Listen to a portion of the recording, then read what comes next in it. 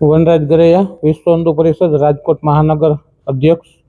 ખાસ તો બીજી તારીખે દશેરાના દિવસે જે રાજકોટમાં દર વર્ષે પરંપરાગત લગભગ 27-28 વર્ષથી રાવણ દહનનો કાર્યક્રમ થઈ રહ્યો છે।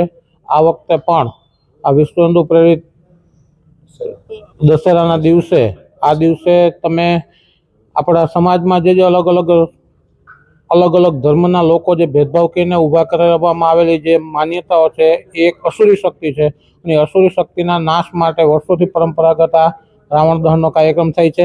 બીજી તારીખે રેસકોર્સ ગ્રાઉન્ડમાં રાવણ, કુંભકર્ણ અને મેઘનાદ આ 3 પુતળાઓનું ત્યાં દહન કરવામાં આવશે અને જાહેર કાર્યક્રમ છે। અને આ કાર્યક્રમની અંદર અમારા અધ્યક્ષ આ વખતે રાવણ દહનના અધ્યક્ષ છે ભાઈ શ્રી કૌશિકભાઈ સરદારા, એમના અધ્યક્ષ સ્થાને આ કાર્યક્રમનું આયોજન કરવામાં આવેલું છે અને સર્વે જનતાના આના માટે લાભ લેવા અને ખાસ તો પધારવા માટે ભાવભર્યું આમંત્રણ।